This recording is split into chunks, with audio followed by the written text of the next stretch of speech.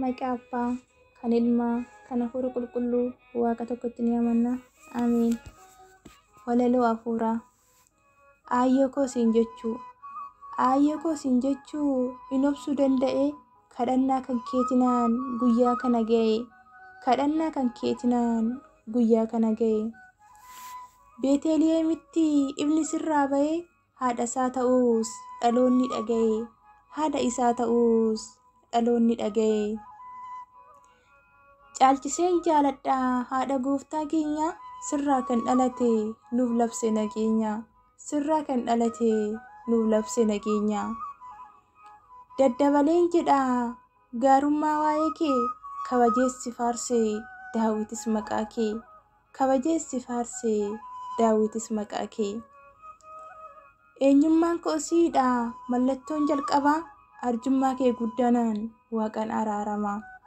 Arjummaa kee guddaanaan Waaqaan araarama. Faayidaan koo siidha karaa hundumaanii, mirkaneessituu jiruudha kan guyyaa fi halkanii. Mirkaneessituu jiruudha kan guyyaa fi halkanii. Galaana fakkaataa eebbi sirraa ba'u, dheekkamsi diinotaa tasaas hin danda'u. Dheekkamsi diinotaa tasaas hin danda'u. Haannaa fi Yaaqeem haati fi abbaan kee, jiraadhee hin dhiisu Maariyaam maqaa kee. Jiraadhee hin dhiisu Maariyaam maqaa kee. Ilaalee hin quufu qabsoora fakkii kee, duraa nuuf dhaabbadhu Maariyaam ilma kee. Fuuldura nuuf dhaabbadhu Maariyaam ilma kee. Jaalalli kee addaa namootarra caalaa, ati hundumaa oli eenyus siin madaalaa. Ati hundumaa oli eenyus siin madaalaa. Kaleessarra har'aa hubadhee waa'ee kee, si keessaa kan burqee eebbadha hundeen kee. Si keessaa kan burqee eebbadha hundeen kee.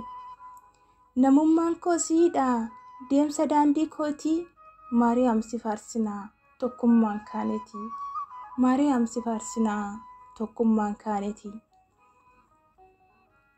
Mana kee nan dhufaa galata qabadhee, dhuguma nan yaada Maariyaam si abdadhee.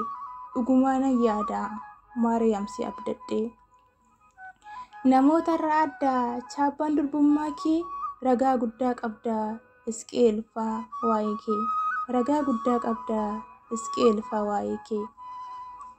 Obseessi eeggadhaa haadha gooftaa keenya, Waaqayyo irraa nuu kadhu nu hundumaaf nageenya. Waaqayyo irraa nuuf kadhu nu hundumaaf nageenya. Phexros abbaan isaa si galateeffatee, dhuguma maqaa kee dammarra jaalatee.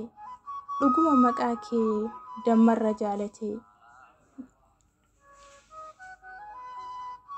Qabeenya naaf caaltaa isa foon fayyadu, haadhummaa kee beekibee tasumaa hin kaadu. Haadhummaa kee beekibee tasumaas hin kaadu.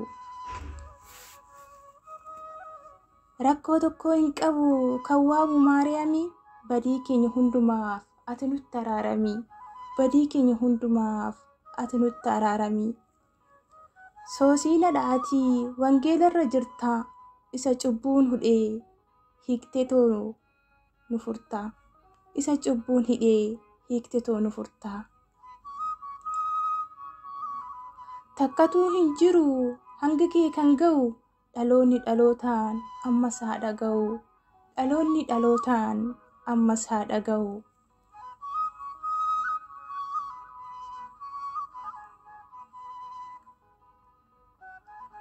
Uumama kee irraa kennaan kee guutuudha, nama sin beeknetu cubbuudhaan duutuudha. Nama sin beeknetu cubbuudhaan duutuudha. Viilaa ijaarramee si'itu naaf caala, kadhannaa kee amanee mootummaa isaa dhaala. Kadhannaa kee amanee mootummaa isaa dhaala. Waaqa nuu kadhattaa fuuldura dhaabbattee, waadaa haadhummaa kee hunduu jaalatee. Waadaa haadhummaa kee hedduu nu jaalatte. Xumura hin danda'u waa'ee kee hundumaa, guyyaa qofaa miti halkanuman gumguma. Guyyaa qofaa miti halkanuman gumguma. Yakki koo baay'eedha naaf kadhadhu giiftii, adda koo hin tolu anuu si alatti. Adda koo hin tolu anuu siin alatti. Zayita jireenyaa maqaa kee naaf ta'ee, itti fufee faarsaa dhalootaadhaan ga'ee. Itti fufee faarsaa dhalootaadhaanis ga'ee.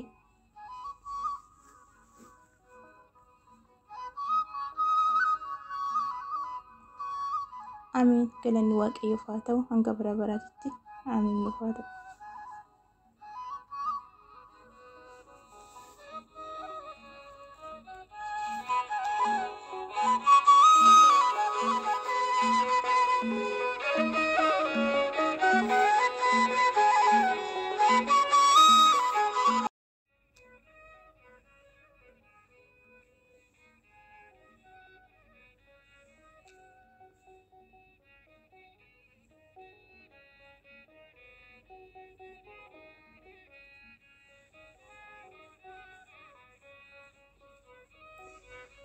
Maqaa Abbaa, kan Ilmaa, kan Hafuura Qulqulluu